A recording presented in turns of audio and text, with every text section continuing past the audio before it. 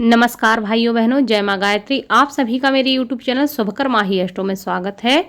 अपने परम पूज्य गुरुदेव तथा वंदनीय माता जी के चरणों में वंदन करते हुए आज मैं आप सभी को अपने इस वीडियो में देव उठनी एकादशी की कथा सुना रही हूँ।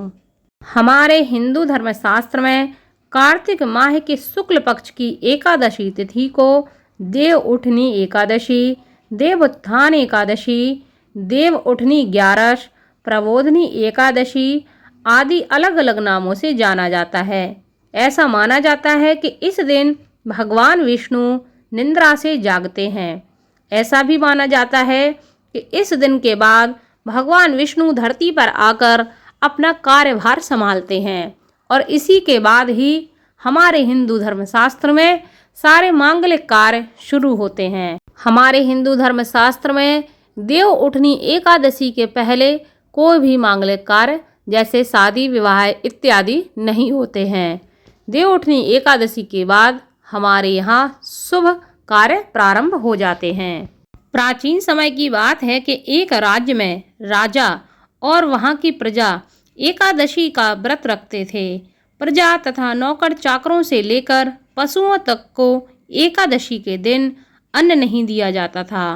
एक दिन किसी दूसरे राज्य का एक व्यक्ति राजा के पास आकर कहता है, महाराज कृपया करके मुझे नौकरी पर रख लो।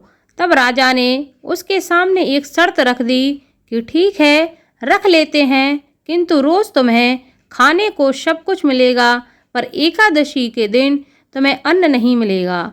उस व्यक्ति ने उस समय तो हाँ कर दी, पर एकादशी के दिन जब उसे फलाहार का सामान दिया गया तो वह राजा के सामने जाकर गिड़गिड़ाने लगा, महाराज इससे मेरा पेट नहीं भरेगा, मैं तो भूखा ही मर जाऊंगा, मुझे अन्न दे दो।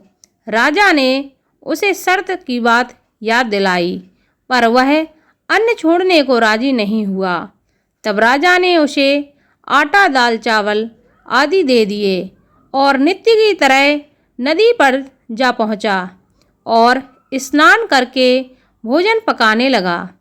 भोजन बनाने के बाद उसने भगवान को बुलाने लगा, कहने लगा, भगवान भोजन तैयार है, आ जाओ भोजन खा लो।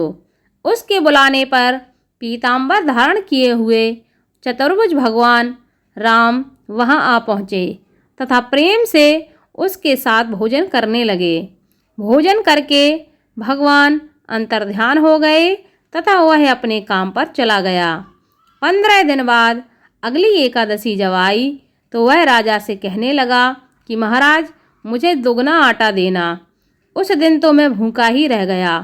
राजा ने कारण पूछा तो उसने बताया कि हमारे साथ भगवान भी खाते हैं, इसलिए हम दोनों के लिए ये सामान पूरा नहीं होता। यह सुनकर राजा को बहुत आश्चर्य हुआ। वह बोला, मैं नहीं मान सकता कि भगवान तुम्हारे साथ खाना खाते हैं। मैं तो इतना व्रत रखता हूँ, पूजा करता हूँ, पर भगवान ने मुझे तो कभी दर्शन नहीं दिए। राजा की बात सुनकर वह कहने लगा, महाराज यदि विश्वास न हो तो साथ चलकर देख लो। जब अगली एकादशी आई तो पेड़ के पीछे छिपकर राजा बैठ गया। उस व्यक्ति ने भोजन बनाया तथा भगवान को प्रेम से फिर पुकारने लगा, परंतु भगवान नहीं आए।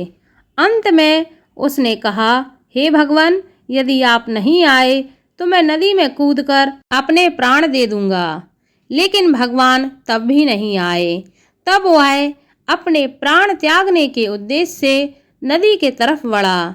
प्राण त्यागने का उसका दृढ़ इरादा जानकर शीघ्र ही भगवान वहां प्रकट होकर उसको रोक लिया और साथ में बैठकर भोजन करने लगे।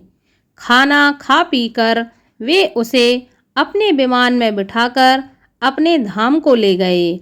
यह देखकर राजा ने सोचा कि व्रत उपवास से तब तक कोई फायदा नहीं होता जब तक कि मन शुद्ध ना हो। इससे राजा को ज्ञान मिला और वह मन से ही व्रत उपवास करने लगा और अंत में स्वर्ग को प्राप्त हुआ। बोलो लक्ष्मी नारायण की जय। यह थी देव उठनी एकादशी की कथा। अगर आप सभी को यह कथा अच्छी लगी हो तो प्लीज़ वीडियो को लाइक, चैनल को सब्सक्राइब और वीडियो को ज़्यादा से ज़्यादा शेयर करें ताकि आपके साथ साथ आपके अपने भी लाभ ले सकें। बेल आइकन को अवश्य दबाएं ताकि आने वाली वीडियो का नोटिफिकेशन आप सभी को मिल सके। धन्यवाद।